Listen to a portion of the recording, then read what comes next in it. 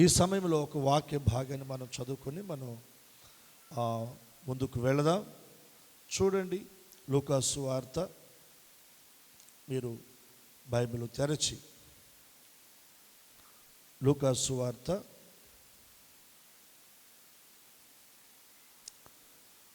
1వ అధ్యాయం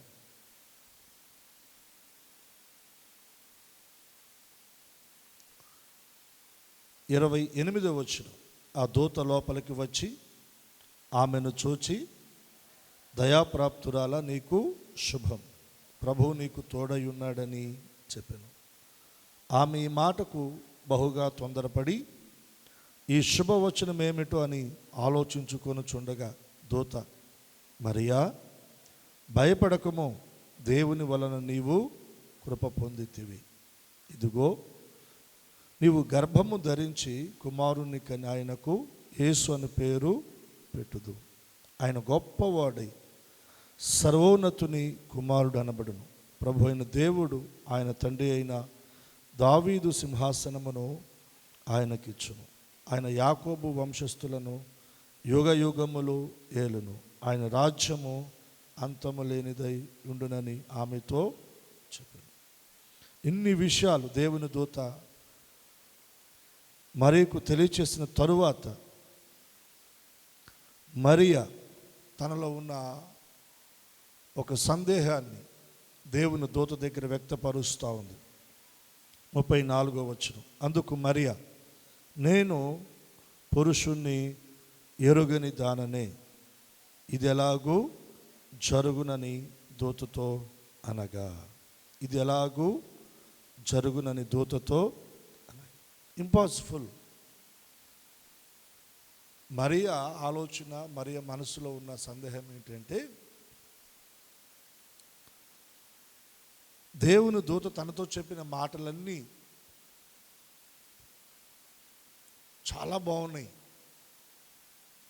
కానీ ఆమెలో ఉన్న డౌట్, సందేహం ఏంటంటే, ఇది ఎలా జరుగును, ఇది ఎలా జరుగును. గర్భం ధరిస్తావు, కుమారుని కంటావు, యేసు అని పేరు పెడతావు, సర్వోన్నతుడైన దేవుని కుమారుడని ఆయన పిలువబడతాడు. సరే, నేను గర్భం ధరించడానికి వివాహం కాలేదు కదా, నేను పురుషుని ఎరగని దానిని కదా, ఇది ఎలా జరుగు? ఇది అసాధ్యం, ఇది అసాధ్యం. క్రిస్మస్లో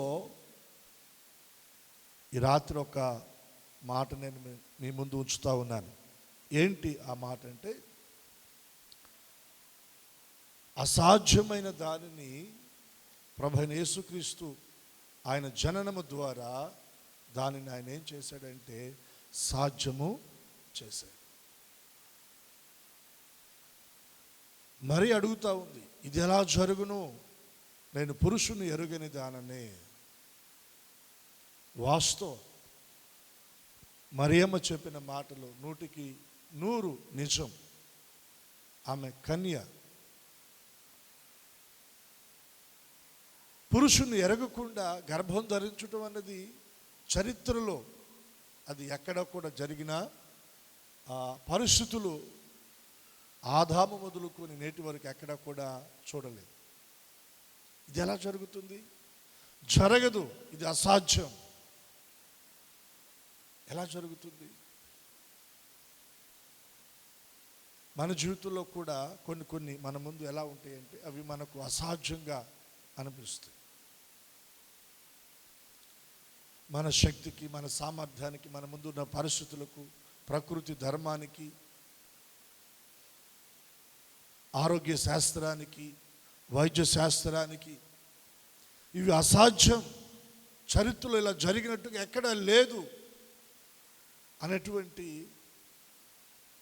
ఆ పరిస్థితులు మన కళ్ళ ముందు కనబడతా ఉంటాయి.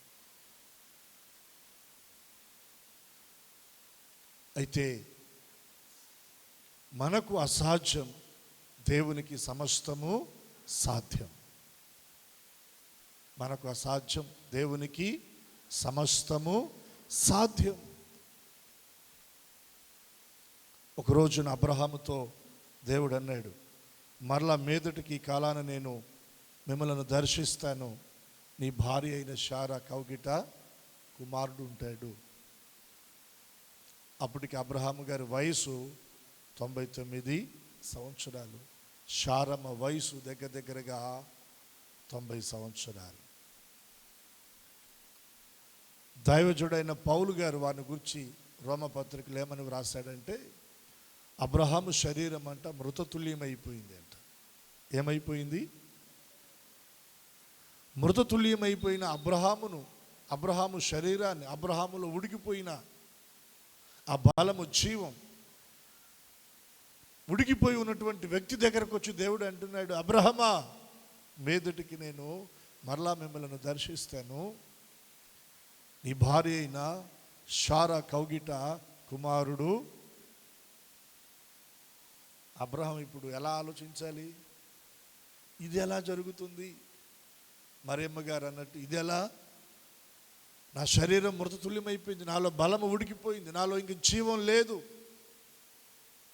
ఇది ఎలా జరుగుతుంది? ఇది ఎలా జరుగుతుంది?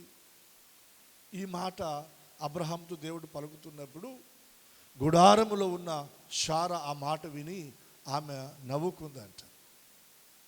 ఏం చేసింది? నవ్వుకుంది.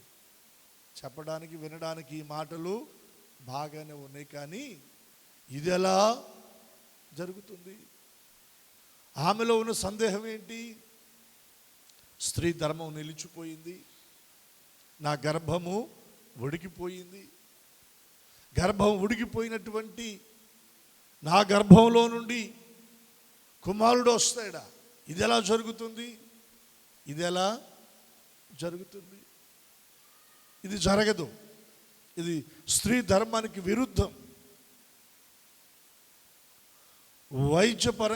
వైద్య శాస్త్రపరంగా ఆలోచన చేసినా కూడా దానికి ఇది పూర్తిగా విరుద్ధం, జరగదు. ఆమె గర్భం ఉడికిపోయింది, అబ్రహాము శరీరం ఏమో మృతతుల్యమైపోయింది. వీరిరువురు వృద్ధాప్యంలో ఉన్నారు. ఎలా జరుగుతుంది? దేవుడు అన్నాడు, శారా, నీవు నవ్వనేలా. ఒక్కొక్కసారి కొన్ని మాటలకి మనకు నవ్వు వస్తుంది, దాని వెనక ఉన్న ఆంతర్యం ఏంటంటే నమ్మలేక. ఇది ఎలా జరుగుతుంది? చెప్పడానికి బాగానే ఉంటుందిలే, కానీ అవి జరగటానికి కుదరదు అనేటువంటి ఆ సందేహం మనలో ఉంటుంది. సందేహం మనలో ఉంటుంది. ఇది జరగదు, ఇది జరగదు.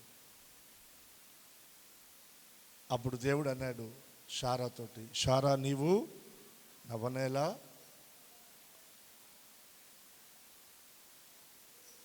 యెహోవానైనా నాకు అసాధ్యమైనది ఏదైనా కలదా? రెండు చేతులు ఎత్తి స్తోత్రం చెప్పండి. దేవునికి అసాధ్యమైనది ఏది కూడా లేదు.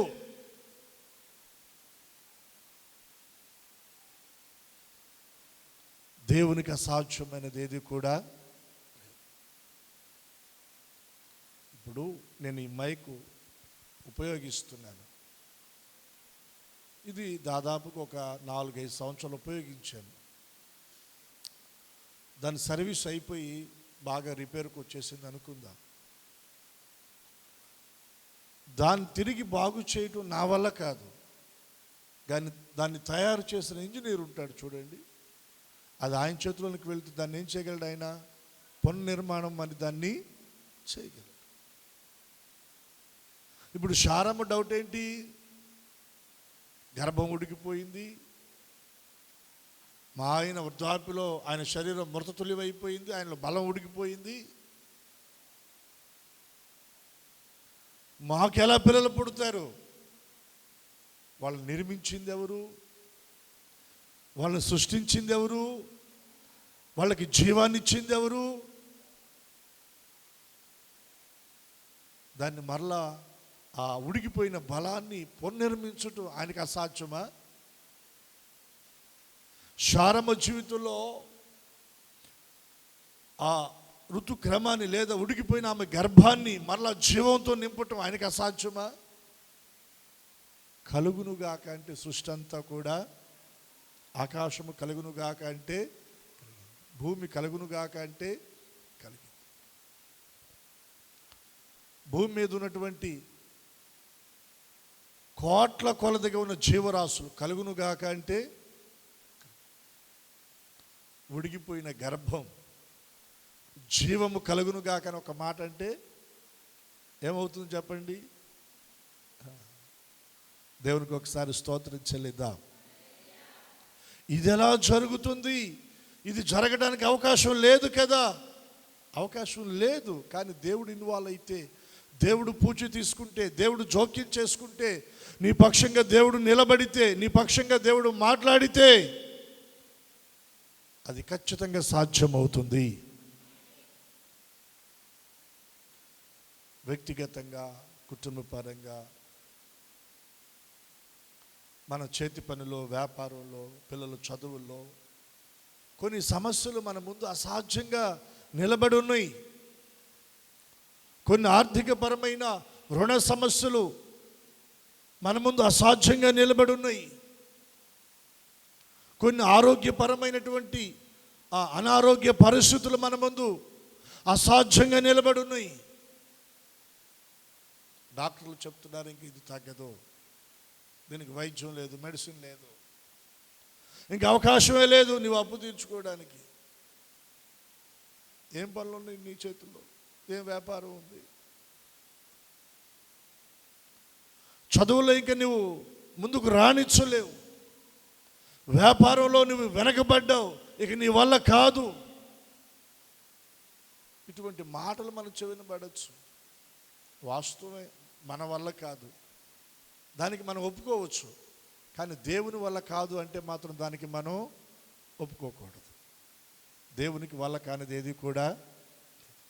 అదే అబ్రహాంతో దేవుడు అన్నాడు, యెహోవానైనా నాకు అసాధ్యమైనది ఏదైనా కలదా? ఆయనకు అసాధ్యమైనది ఏది కూడా లేదు. లేదు, దేవునికి అసాధ్యమైనది ఏది లేదు. ఆదికాండం 21వ అధ్యాయంలో మనం తర్వాత గమనిస్తే, దేవుడు తను చెప్పిన మాట చొప్పున శారాను గూర్చి చేశాను. తనిచ్చిన మాట చొప్పున యెహోవా శారాను దర్శించాడంట. రెండు చేతులు ఎత్తి స్తోత్రం చెల్లిద్దాం. మాట ఇచ్చి తప్పేవాడు కాదు, మాట ఇచ్చి ఆయన నెరవేర్చే దేవుడు. నీ జీవితంలో ఏది ఆయన చేస్తానన్నాడో అది ఖచ్చితంగా ఆయన చేస్తాడు. పరిస్థితులు ఒకవేళ నీ ముందు అవి అసాధ్యంగా నీకు కనిపించవచ్చు, నీకు అసాధ్యం, కానీ దేవునికి అసాధ్యము కాదు. దేవుడు చేస్తాడు, దేవుడు చేస్తాడు, దేవుడు చేస్తాడు. హెబ్రీ పత్రిక 11వ అధ్యాయం మీరు గమనించండి. ఒక మాట నేను మీకు జ్ఞాపకం చేస్తాను.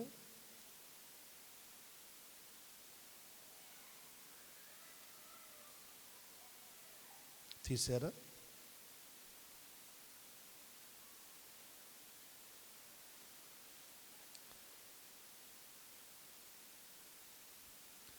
పదకొండవ అధ్యాయం 11వ వచనం. అందరూ మీరు బైబిల్ ఓపెన్ చేయండి. విశ్వాసమును బట్టి శారాయు వాగ్దానము చేసిన వాడు నమ్మదగిన వాడని ఎంచుకొనెను గనుక తాను వయస్సు గతించినదైనను గర్భము ధరించుటకు శక్తి పొందెను. స్తోత్రం చెప్పగలరా? కొంచెం గట్టిగా బిగ్గరగా చెప్దాం. గర్భము ధరించుటకు శక్తి పొందెను. ఏం పొందింది? వయస్సు గతించింది. గతించిన వయసును బట్టి ఆలోచన చేస్తే ఆమె గర్భం ధరించడానికి ఛాన్స్ లేదు. మన ముందున్న పరిస్థితులు బట్టి ఆలోచన చేస్తే అద్భుతం జరగడానికి, పరిస్థితులు మారడానికి, మనం దీవించబడడానికి, మన తల పైకి ఎత్తబడడానికి, మన కన్నీరు తొడవబడడానికి, ఆదరించబడడానికి అవకాశాలే లేవు. మన చుట్టూ ఉన్న వాతావరణాన్ని చూస్తే లేవు. శారమ్మ బాహ్య నేత్రాలతో చూస్తే ఆమె గర్భం ధరించడానికి ఛాన్స్ లేదు.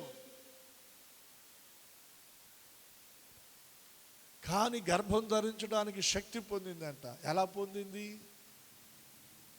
ఆ వచనంలో ఉన్న మాటలు మీరు జాగ్రత్తగా గమనిస్తే, విశ్వాసమును బట్టి. దేనిని బట్టి? దేన్ని బట్టి చెప్పండి.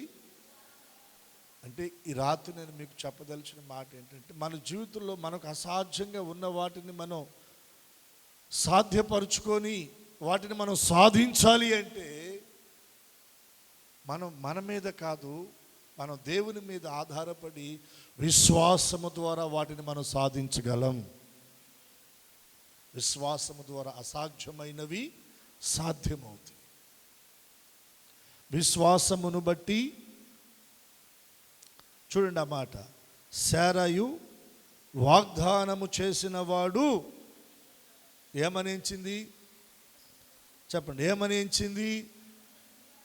నమ్మదగిన వాడని.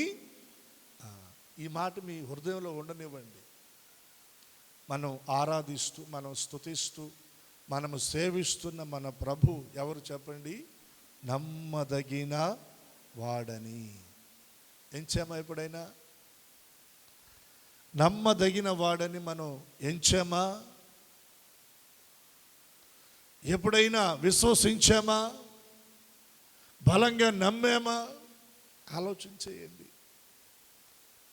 శారా ఉడికిపోయిన ఆమె గర్భము మరలా జీవముతో నింపబడడానికి కావలసిన శక్తి పొందుకోవడానికి దాని వెనక ఉన్న రహస్యం ఏంటంటే, అప్పుడు నవ్వింది కానీ తనతో మాట్లాడింది దేవుడు.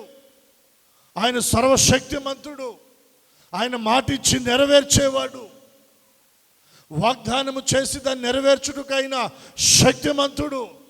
ఇప్పుడు నా ముందు పరిస్థితులు ప్రతికూలంగా ఉండొచ్చు, వాటిని చూస్తున్న నేను అవి నాకు అసాధ్యమని అనిపించవచ్చు.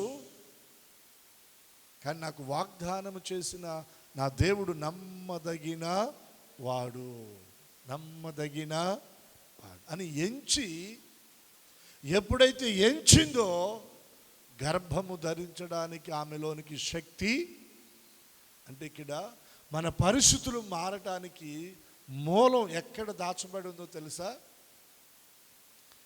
ఆ పరిస్థితులను మార్చగలడు నా దేవుడని ఆయన మీద మనము ఒక బలమైన విశ్వాసముతో మన హృదయంలో ఒక నిశ్చయిత మనకు రావాలి. ఏంటి ఆ నిశ్చయిత? ఆయన నమ్మదగిన వాడు, నా పరిస్థితులను మార్చగలిగిన వాడు ఆయన, నా కుటుంబాన్ని దీవించగలడు ఆయన, నా ఆర్థిక సమస్యల నుండి బయటికి తీసుకొని రాగలడు, నా మీద ఉన్న నిందను తొలగించగలడు, నా గర్భాన్ని తెరవగలడు. ఆయన నమ్మదగిన వాడని మనం ఎంచినప్పుడు, ఆ బలమైన విశ్వాసం మన హృదయంలో పనిచేసినప్పుడు కార్యం జరగడానికి ఒక శక్తి మనలను ఆవరిస్తుంది. అద్భుతం జరగడానికి ఒక శక్తి మనలను ఆవరిస్తుంది. అది దైవ శక్తి. హల్లెలూయా. ఏ శక్తి అది? మన శక్తితో మనం చేయలేం, మన బలముతో మనం చేయలేం.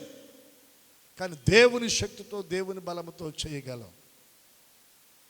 నమ్మితే చేతుల దేవునికి స్తోత్రం చెప్పండి. మన బలముతో, మన శక్తితో మనం ఇప్పుడు శారమ్మ బలం గర్భం తెరవబడడానికి, గర్భం ధరించడానికి ఛాన్స్ లేదు. కానీ ఇప్పుడు ఆమెలోనికి ఎవరి బలం వచ్చింది? దేవుని బలం. ఎవరి శక్తి వచ్చింది? దేవుని శక్తి. నీ ముందున్న ఆ ప్రతికూల పరిస్థితులను జయించడానికి నీ బలము చాలదు, నీ శక్తి చాలదు. కానీ నీలోనికి దేవుని బలము, దేవుని శక్తి వస్తే దాన్ని నువ్వు జయించగలవు. అర్థమైతే దేవునికి ఒకసారి స్తోత్రం చెప్పండి. గర్భము ధరించుటకు శక్తి పొందెను, అందుచేత మృతతుల్యుడైన ఆ ఒక్కని నుండి సంఖ్యకు ఆకాశ నక్షత్రముల వలెను సముద్ర తీరమందలి లెక్కింప సఖ్యము కాని ఇసుక వలెను సంతానము కలిగెను. రెండు చేతులెత్తి బిగ్గరగా దేవునికి స్తోత్రం చెల్లిద్దా చెప్దాము. హల్లెలూయా.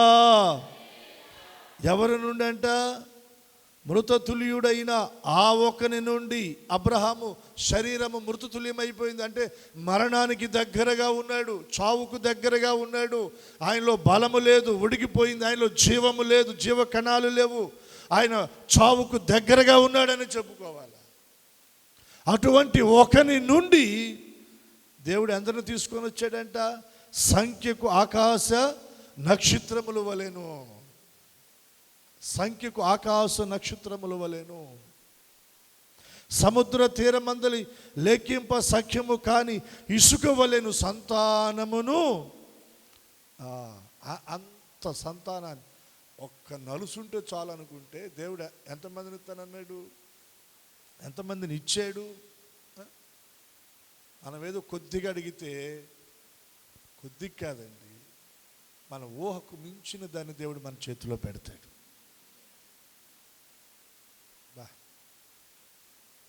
ఇంకెవరు బాగు చేస్తారు చెప్పండి? అట్లాంటి అద్భుతమైన మాటలు వచ్చినప్పుడైనా అంత గట్టిగా బేస్తూ ఆమెనని చెప్పాలా లేదా? అప్పుడు ద్వారాలు తెరవబడతాయి, డోర్స్ ఓపెన్ అవుతాయి. నిజం, జీవ మరణాలను దేవుడు ఎక్కడ పెట్టాడు అంటే మనం ఆశీర్వాదాన్ని పలికితే ఆశీర్వాదం వస్తుంది, ఆశీర్వాదం వద్దులే అంటే అది రాదు.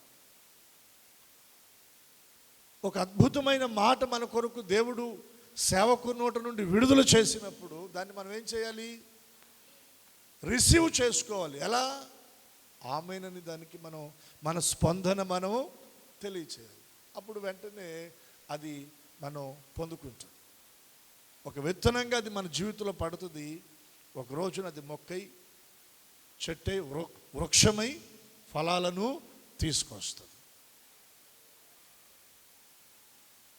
దేవునికి ఒకసారి చేతులెత్తి స్తోత్రం చెల్లిద్దాం. ఆ ఒక్కని నుండి, మృతతుల్యమైనటువంటి ఆ ఒక్కని నుండి సంఖ్యకు ఆకాశ నక్షత్రముల వలెను సముద్ర తీరమందలి లెక్కింపలేని ఇసుక రేణువుల వలెను సంతానాన్ని దేవుడు కలగ చేశాడు. ఎంతో అద్భుతమైంది. నీవు అనుకుంటున్నావు ఈ కొద్దిగా ఈ సమస్య తొలగిపోతే చాలని. ఆ కొద్దిగా కాదు, ఇంకా దేవుడు గొప్ప కార్యాలు చేయబోతున్నాడు. అన్న ఒక్క మగబిడ్డని అయ్యా అంది. దేవుడు ఎంతమందిని ఇచ్చాడు? 6 ఇచ్చాడు. దేవునికి స్తోత్ర. ప్రభు అన్నారు, అడిగిన దానికంటే, మనం ఊహించిన దానికంటే కూడా ఎలా ఇస్తాడైనా? చెప్పాలి, ఎలా ఇస్తాడైనా? అత్యధికంగా కావాలా? అది మనపైనే ఆధారపడి ఉంటుంది. స్తోత్రం చెప్పండి. ఖచ్చితంగా దేవుడు నమ్మదగిన వాడని మనం ఎంచాలి. నమ్మదగిన వాడని ఎంచాలి. ఆయన నన్ను విడిచిపెట్టాడు, నా బిడ్డలను విడిచిపెట్టాడు, నా కుటుంబాన్ని విడిచిపెట్టాడు.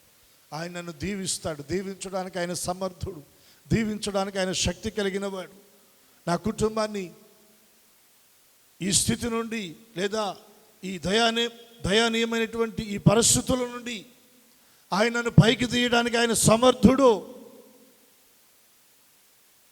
నమ్మదగిన వాడని నువ్వు ఎంచగలిగితే దేవుడు నీ జీవితంలో కార్యాలను చేస్తాడు. ఇలా మాట్లాడేటప్పుడు హృదయంలో విశ్వాసం కలుగుద్ది. మందిరం దాటి బయటికి వెళ్ళంగానే మళ్ళీ అపవాదం వచ్చి తీసుకొచ్చి మన చెవుల్లో గుండా లోనికి పంపిస్తాడు. అప్పుడు ఆ విశ్వాసం కాస్త మళ్ళీ ఏమైపోద్ది? సన్నగిల్లకుండా ప్రభు పైన మనం ఒక బలమైన నమ్మకంతో మనం నిలబడగలిగితే ప్రభు కార్యాలు చేస్తారు. నమ్మదగిన వాడని ఎంచింది. మరియమ్మ గారి దగ్గరకు వస్తే దేవుని దూత ఏమని చెప్పింది? ఇది ఎలా జరుగునని దూతతో అనగా, దూత ఇది అసాధ్యమే, కానీ ఇది ఎలా జరుగుతుందో చెప్తున్నాను విను అని మరియమ్మతో దేవుని దూత చెప్తా ఉంది. పరిశుద్ధాత్మ నీ మీదకి వచ్చును. సర్వోన్నతుని శక్తి నిన్ను కమ్ముకొనును గనుక పుట్టబోవు శిశువు పరిశుద్ధుడై దేవుని కుమారుడు అనబడును. నేను పురుషుని ఎరుగని దాన్ని, ఇది ఎలా జరుగుతుంది, ఇది అసాధ్యమో.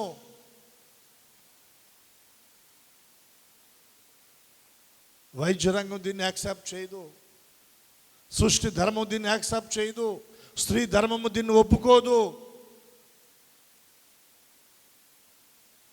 వివాహం కాకుండా, పురుషుని ఎరగకుండా ఇది ఎలా జరుగుతుంది, ఎలా నేను గర్భం ధరిస్తాను, ఇది జరగదు అంటే కరెక్టే, జరగదు అలా. అయితే ఇది ఎలా జరుగుతుందంటే పరిశుద్ధాత్మ నీ మీదకి వస్తాడు, సర్వోన్నతుని శక్తి నిన్ను కమ్ముకుంటుంది. అలా కమ్ముకున్నప్పుడు అద్భుతం జరుగుతుంది. రెండు చేతులు ఎత్తి స్తోత్రం చెప్పండి.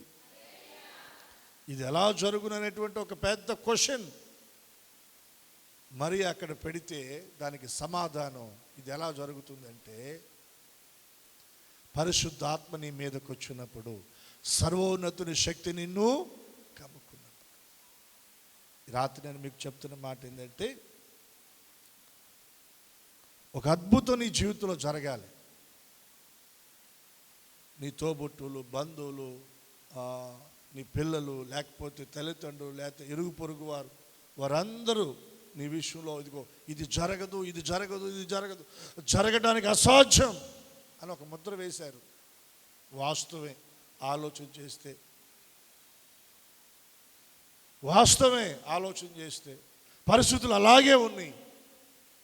కానీ అవన్నీ కూడా పెకలించుకొని ఒక విప్లవాత్మకమైనటువంటి అద్భుతం నీ జీవితంలో జరగాలి అంటే అది ఎప్పుడు జరుగుతుందంటే మామూలుగా జరగదు. ఎప్పుడు జరుగుతుంది? పరిశుద్ధాత్మ నీ మీదకి వచ్చినప్పుడు, సర్వోన్నతుని శక్తి నిన్ను కమ్ముకున్నప్పుడు. అసాధ్యమైనవి సాధ్యం అవ్వాలి నీ జీవితంలో అని ఆశపడతాం. ఆ ఆశ నీ జీవితంలో నెరవేరాలంటే నీ మీదకి ఎవరు రావాలి? పరిశుద్ధాత్మ దేవుడు రావాలి. ఒక్క మాట చెప్పి ముగిస్తానండి. మరియమ్మ గారి మీదకి పరిశుద్ధాత్మ దేవుడు వచ్చాడా లేదా చెప్పాలి. సర్వోన్నతుని శక్తి ఆమెను కమ్ముకుందా లేదా? కమ్ముకుందా? పరిశుద్ధ ఆత్మ దేవుడు మరియమ్మ గారి మీదకి ఎందుకు వచ్చాడు? సర్వోన్నతుని శక్తి ఆమెనే ఎందుకు కమ్ముకుంది? ఎప్పుడైనా ఆలోచన చేశారా? ఆమెను గురించి మనం పెద్దగా ఏదో మనం సెర్చ్ చేయాల్సిన పని లేదండి. ఒక్క మాట ఆమెను గురించి దేవుడే వ్రాయించిన మాట, కన్య అయిన మరియా ఏం కాపాడుకుంది? ఆమె తన కన్యత్వాన్ని కాపాడుకుంది. దేనికి సూచనది? పవిత్రతకు. దేనికి సూచనది? పరిశుద్ధతకు. కన్యగా దేవుని దృష్టిలో తన కన్యత్వాన్ని అనగా పవిత్రతను, పరిశుద్ధతను కాపాడుకుంది. అసాధ్యమైనవి సాధ్యం అవ్వాలని మనం కోరుకుంటున్నాం, మన వల్ల కావటం లేదు. దేవుని వల్ల అవుతుంది. దేవుడు చేయాలి అంటే దేవుని ఆత్మ మన మీదకి రావాలి. సర్వోన్నతుని దేవుని శక్తి మనల్ని కమ్ముకోవాలి. ఎలా కమ్ముకుంటుంది? మనం ఇష్టం వచ్చినట్టుగా మన బ్రతుకు మనం బ్రతికితే పరిశుద్ధాత్మ దేవుడు మన మీదకి వస్తాడా? చెప్పండి. అపవిత్రతలో, పాపంలో, జారత్వంలో, లేకపోతే దొంగతనాల్లో, లేకపోతే ఇంకొకటి అబద్ధికులుగానో, లేకపోతే ఇంకొక విధంగా లోక సంబంధమైన చెడుతనంలో ఒకవేళ మనము పాతుకుపోయి పరిశుద్ధాత్మ తండ్రి నా మీదకి రాయ అంటే వస్తాడా? రాడు కదా. ఆ దినాల్లో చాలామంది కన్యకులు ఉన్నారు. ఫిల్టర్ చేస్తే, నేను అనుకుంటున్నానండి, ఫిల్టర్ చేస్తే మరియమ్మ ఒక్క ఆమె తేలింది. దేవునికి స్తోత్ర. అంటే నేను అనుకుంటున్నాను తన ఆలోచనలో కూడా తను పవిత్రతను కాపాడుకుంది, తన మనస్సులో పవిత్రతను కాపాడుకుంది, తన హృదయంలో పవిత్రతను కాపాడుకుంది, తన కంటి చూపులో పవిత్రతను కాపాడుకుంది, తన నోటి మాటలో పవిత్రతను కాపాడుకుంది, తను వినికిడిలో పవిత్రతను కాపాడుకుంది. కన్యకగా దేవుడు చూడగలిగాడు ఆమెని. ఆమె ప్రవర్తన, ఆమె నడవడి, ఆమె క్రియలు వీటన్నిటిని దేవుడు గమనించినప్పుడు ఆమెలో ఏం కనబడిందంటే పవిత్రత. అందుకని ఆమెను గురించి కన్య అని ముద్ర వేశారు. దేవునికి ఒకసారి స్తోత్రం చెల్లిద్దామా? అందుకని కన్య అయిన మరియమ్మ మీదకి ఎవరు వచ్చారు? పరిశుద్ధాత్మ దేవుడు. మనం పాట పాడుకోవచ్చు, తప్పులేదు. మనం పాట పాడుకున్నంత మాత్రాన ఆయన ఏమీ రాడు. ఆయన రావాలి అంటే మనలో ఆయన మన మీదకి రావటానికి తగినటువంటి పవిత్రతకు, పరిశుద్ధతకు సాదృశ్యంగా ఉన్న ఆ కన్యత్వాన్ని కాపాడుకోవాలి. కాపాడుకున్న ప్రతి ఒక్కరి మీదకి ఆయన వస్తాడు. వారి జీవితంలో అద్భుతం జరుగుతుంది. అసాధ్యమైనవి సాధ్యమవుతాయి, అసాధ్యమైనవి సాధ్యమవుతాయి. ఆర్థిక సమస్యలు, అనారోగ్య సమస్యల, పిల్లల సమస్య, భర్త సమస్య, లేకపోతే కుటుంబంలో ఇంకొకటి చేతి పనులు, వ్యాపారంలో, ఉద్యోగంలో, ఎక్కడ ఏం చేస్తున్నాం అక్కడ మనం ఎదుర్కొంటున్న ప్రతి సమస్య నుండి విడుదల పొందుకోవాలంటే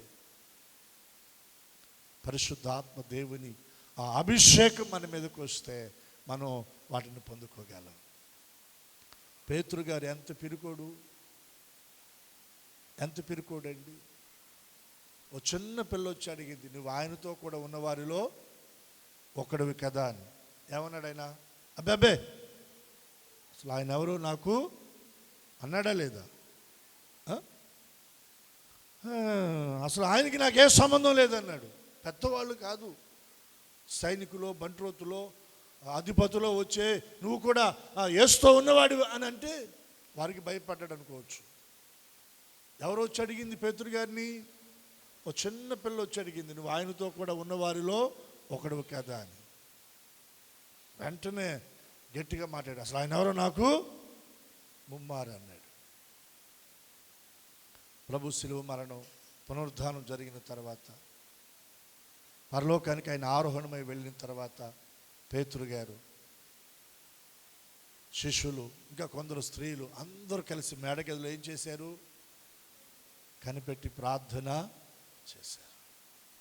10 దినాలు ప్రార్థన చేశారు. ఈ 10 దినాలు వారిలో ఉన్న లోపాలన్నీ కూడా సరిచేసుకున్నారు. నేను చెప్పదలిచిన మాట ఏంటంటే, ప్రార్థన మనలో ఉన్న మలినాన్ని బయటికి తీసేస్తుంది. హల్లెలూయా, నిజమండి. ఓ భక్తుడు అన్నాడు, ప్రార్థన చేసేవారు పాపం చేయలేరు, పాపం చేసేవారు ప్రార్థన చేయలేరు. చిన్న లాజిక్ అంతే. వారు 10 దినాలు ప్రార్థన చేశారంటే వారిలో ఉన్న మలినం అంతా ఏమైపోయింది? యేసు ఎవరో ఎరుగునని ఆ బొంకి అబద్ధమాడి ఆ మలినమంతా ప్రార్థనలో ఏమైపోయింది? బయటికి వెళ్ళిపోయింది. ఇప్పుడు ప్యూర్, స్వచ్ఛమైన స్ఫటికము వలె ప్రార్థనలో వారు రూపాంతరాన్ని చెందారు. ఏం జరిగింది అప్పుడు? ఒక బలమైన గాలి ఆకాశం నుండి వారు కూడి ఉన్న ఆ మేడ గదిలోనికి వీచింది. అగ్ని జ్వాలల వంటి నాలుకలు విభాగింపబడుతున్నట్లుగా ఆ మేడ గదిలో ఉన్న ఒక్కొక్కరి మీద వ్రాలగా వారందరూ ఆత్మ వాక్శక్తి వారికి అనుగ్రహించిన కొలది వారు అన్య భాషలో మాట్లాడి దేవుని మహిమపరిచారు. దేవుని శక్తి వారి మీదకి వచ్చింది, అభిషేకం వచ్చింది, దేవుని ఆత్మ వారి మీదకి వచ్చింది. ఆ తర్వాత పేతురు గారు నిలబడితే కొంతమంది వచ్చి బెదిరించారంట. ఆయన నామమును బట్టి ఇంక నువ్వు ఎక్కడ మాట్లాడకూడదు, ఎక్కడ వాక్యాన్ని ప్రకటించకూడదు, ఎక్కడ ఆయన గురించి నువ్వు ప్రార్థనలు చేయకూడదంటే పేతురు గారు ఒకటే అన్నాడు, అది మా వల్ల కాదు. కొడతారా? చెరసాల్లో వేస్తారా? బంధిస్తారా? శిక్షిస్తారా? చంపేస్తారా? చంపేయండి అని ధైర్యంగా ముందుకు వచ్చాడు. ఎంత ధైర్యం తెలుసా పేతురు గారి ధైర్యం? దేవుని కొరకు తలక్రిందులుగా సిలువ వేయబడి చనిపోయి అంత ధైర్యము పేతురు గారిలోనికి ప్రభు ఇచ్చారు. చప్పట్లు కొట్టచ్చు. అర్థమైందా? చావుకి ఎదురెళ్ళే వాళ్ళు ఎవరైనా ఉంటారా? చావుకి ఎదురెళ్ళే వాళ్ళు ఎవరైనా ఉంటారా? పేతురు గారు వెళ్ళాడు. అంత ధైర్యము పేతురు గారిలో ఎలా వచ్చింది? పరిశుద్ధాత్మ దేవుని అభిషేకం పేతురు గారి మీదకి. ఆయనతో కూడా ఉన్నావు అని ఒక చిన్న పిల్ల మాట్లాడితే అబద్ధమాడి బొంకిన పేతురు గారు ఈ రోజున దేవుని కొరకు తలక్రిందులుగా సిలువ వేయబడి చనిపోవడానికి ముందుకు వెళ్ళాడు ఆయన. ఇది ఎలా జరిగింది అంటే, ఇది ఎలా జరిగింది? మామూలు విషయమా? పరిశుద్ధాత్మ దేవుని అభిషేకం, సర్వోన్నతుని దేవుని శక్తి పేతురు గారిని కమ్ముకుంది. మనలో ఉన్న పిరికితనం పోవాలన్నా, మన కుటుంబాల్లో ఉన్న శాపము తొలగిపోవాలన్నా, మన మీదకి ఎవరు రావాలంటే పరిశుద్ధాత్మ దేవుడు. ఎన్నో సందేహాలు మనలో ఉన్నాయి. ఇది ఎలా జరుగుతుంది, ఇది ఎలా జరుగుతుంది, ఇది ఎలా జరుగుతుంది? జరగదు, మన వల్ల కాదు. కానీ పరిశుద్ధాత్మ దేవుని ఆత్మ మన మీదకి వస్తే, సర్వోన్నతుని శక్తి మనల్ని కమ్ముకుంటే, దేవుని ఆత్మతో మనం నింపబడితే, దేవుని శక్తితో మనం నింపబడితే ఖచ్చితంగా అవి జరుగుతాయండి. మరియమ్మ గారి మీదకి పరిశుద్ధాత్మ దేవుడు వచ్చాడు. సర్వోన్నతుని శక్తి ఆమెను కమ్ముకుంది. ఆమె గర్భం ధరించింది. కుమారునికని ఆయనకు యేసు అని పేరు పెట్టింది. అది అసాధ్యం, కానీ పరిశుద్ధాత్మ దేవుడు ఆమె మీదకి వచ్చినప్పుడు అది సాధ్యమయ్యింది. దానిని మీ దృష్టిలోకి తీసుకొస్తూ నేను చెప్తున్న మాట ఏంటంటే, మన కుటుంబాల్లో ఉన్న మనకు అసాధ్యముగా ఉన్న సమస్యలు అవి తొలగిపోయి వాటి మీద మనం జయాన్ని పొందుకోవాలంటే మనం దేవుని ఆత్మతో నింపబడాలి. దేంతో నింపబడాలి? దేవుని ఆత్మతో నింపబడాలి. దేవుని శక్తితో మనము నింపబడాలి. అప్పుడు దేవుని కొరకు నిలబడగలం, దేవుని కొరకు సాక్ష్యం ఇవ్వగలం, దేవుని కొరకు పని చేయగలం, దేవుని కొరకు చనిపోవడానికైనా అడుగులు ముందుకు వేయగలం. మన ముందు తరాల్లో దైవ సేవకులు, మిషనరీలు ఎందరోనండి ప్రాణత్యాగాలు చేశారు దేవుని పనిలో పరిచర్యలో. అది వారికి ఎలా సాధ్యమైంది? చిన్న కడుపు నొప్పి వస్తే 2 రోజులు దక్కకపోతే 3వ రోజు ఎంత భయం వస్తుందండి. ఏమైందో చచ్చిపోతామన్న భయం. దేవునికి స్తోత్రం చెప్పండి. అవునా కాదు? భయం. మరి పేతురు గారు ఎలా? ఆయన చెప్పాడు స్వయంగా. సిలువ వేస్తూ ఉంటుంటే వారితో అన్నాడంట, నన్ను మామూలుగా సిలువ వేయమాకండి, నా ప్రభు అలా సిలువ వేయబడ్డాడు, అలా నేను సిలువ వేయబడడానికి అర్హుడిని కాదు, నన్ను తలక్రిందులుగా సిలువ వేయండి, తలక్రిందులుగా నన్ను సిలువ వేసి చంపండి నన్నని కోరుకుని అలా వెళ్ళాడు ఆయన ముందుకి. అపోస్తులు, మనకు ముందు తరాల్లో మిషనరీలు దేవుని కొరకు వారు ప్రాణత్యాగాలు చేయగలిగారు, చనిపోగలిగారు. అంత ధైర్యం ఎలా వచ్చిందంటే దేవుని ఆత్మతో వారు నింపబడ్డారు. హల్లెలూయా. దేవుని కొరకు గొప్ప మహోన్నతమైన సేవ వారు చేశారు. ఎలా చేయగలిగారంటే దేవుని ఆత్మతో వారు నింపబడ్డారు. దేవుని ఆత్మతో నింపబడ్డారు. దేవుని శక్తితో వారు నింపబడ్డారు. ఈ రాత్రి మనం కూడా దేవుని ఆత్మతో నింపబడగలిగితే, దేవుని శక్తితో మనం నింపబడగలిగితే, వాగ్దానం చేసిన వాడు నమ్మదగిన వాడని ఎంచగలిగితే మన జీవితంలో అసాధ్యమైనవి సాధ్యమవుతాయి. హల్లెలూయా. చెప్దామా? హల్లెలూయా. ప్రార్థన చేసుకుందాం. మోకరించగలిగిన వారు మోకరించండి. కళ్ళు మూసుకోండి. నీ ముందు అసాధ్యంగా ఏది ఉందో దాని విషయమై ఈ రాత్రి శారమ్మ వలె, అబ్రహాము వలె వాగ్దానం చేసిన దేవుడు నమ్మదగిన వాడని ఎంచి దేవుని శక్తితో మనం నింపబడదాం.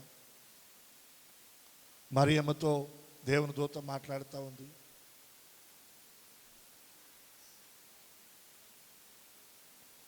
ప్రకృతి విధానములో ఆలోచన చేస్తే ఇది అసాధ్యమే, కానీ పరిశుద్ధాత్మ నీ మీదకి వస్తుంది. పరిశుద్ధాత్మ దేవుని శక్తి నీ మీదకి వస్తుంది. సర్వోన్నతుని శక్తి నీ మీదకి వస్తుంది. అప్పుడు నువ్వు గర్భం ధరిస్తావు. అసాధ్యమైనది సాధ్యమవుతుంది. ఈరోజు అసాధ్యమైనది మన జీవితాల్లో సాధ్యం అవ్వాలి అంటే దేవుని ఆత్మతో మనం నింపబడాలి. దేవుని ఆత్మతో మనం నింపబడాలి. దేవుని ఆత్మతో మనం నింపబడాలి. దయచేసి భారం అనుకోకుండా మన చేతుల ఆకాశము తట్టెత్తుదా. ఒక 2 నిమిషాలు ప్రార్థన చేసుకోండి. అయ్యా, మీ ఆత్మతో నన్ను నింపండి. ఇదిగో నా ముందున్న ఈ సమస్య నేను జయించలేకపోతున్నాను ప్రభా. నా కుటుంబంలో ఆర్థికపరమైన ఈ సమస్యలు, అప్పుల సమస్యలు, అనారోగ్య సమస్యలు, పిల్లల విషయంలో సమస్యలు, ఓ తండ్రి నాయన చేతి పని దగ్గర, ఓ నేను చేస్తున్న వ్యాపారం దగ్గర, ఉద్యోగంలో తండ్రి నా అనుదిన జీవన ప్రయాణంలో ఎన్నో సమస్యలు నాయన, ఎన్నో ఇబ్బందులు ప్రభా, ఎన్నో ఇరుకులు నాయన. వీటన్నిటి నేను జయించలేకపోతున్నాను. నా వల్ల కావటం లేదు, నా వల్ల కావటం లేదయ్యా. మీరు నాకు సహాయము చేయండి, మీరు నాకు సహాయము చేయండి, మీరు నాకు సహాయము చేయండి నాయన. ప్రభా, మరియవలే అయ్యా పవిత్రతను నేను కాపాడుకుంటానయ్యా, పరిశుద్ధత నేను కాపాడుకుంటాను. తొందరపడి నేను మాట్లాడను. నా కనుల ఎదుట ఏ దుష్కార్యము నేను ఉంచుకొనను నాయన. అపవిత్రమైనటువంటి మాటలకు చెవి ఇవ్వను ప్రభువా.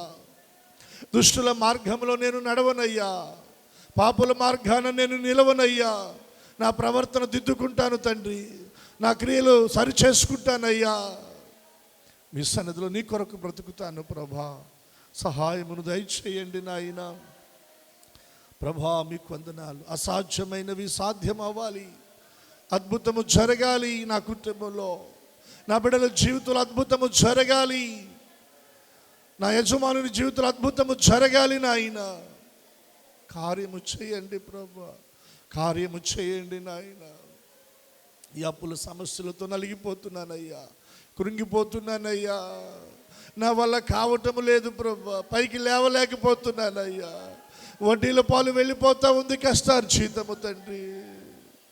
దేవా, కనికరించండి అయ్యా, కనికరించండి. నా వల్ల కావటం లేదు ప్రభా. అయ్యా, కనికరాన్ని చూపండి నాయన. దేవుడు నీ జీవితంలో ఒక అద్భుతాన్ని చేయనట్లుగా దేవుని దగ్గర ఒక తీర్మానం చేసుకో. మరి అవలే దేవుని పాదాలు పట్టుకొని పవిత్రంగా దేవుని కొరకు బ్రతకడానికి ఒక తీర్మానం చేయి. ఈ రాత్రి పరిశుద్ధాత్మ దేవుని అభిషేకం నీ మీదకు వస్తుంది. సర్వోన్నతుని శక్తి నిన్ను కమ్ముకుంటుంది. నీ పరిస్థితులను దేవుడు మారుస్తాడు. నీ కుటుంబ పరిస్థితులను దేవుడు మారుస్తాడు.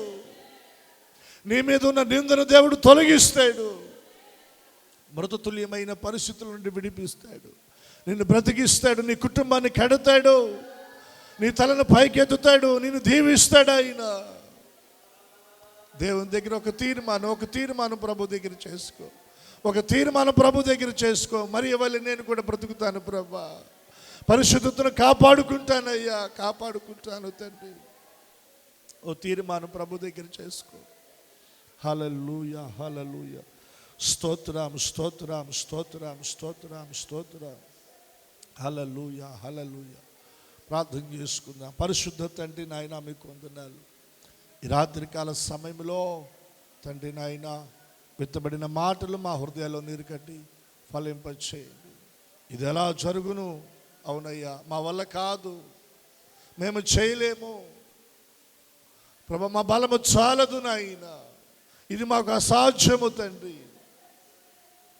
కానీ ప్రభా, మీ ఆత్మతో మేము నింపబడినప్పుడు, మీ శక్తిని మేము పొందుకున్నప్పుడు నాయన, మేము అసాధ్యమైన వాటిని దిగో ప్రభా నాయన మేము సాధించగలము తండ్రి.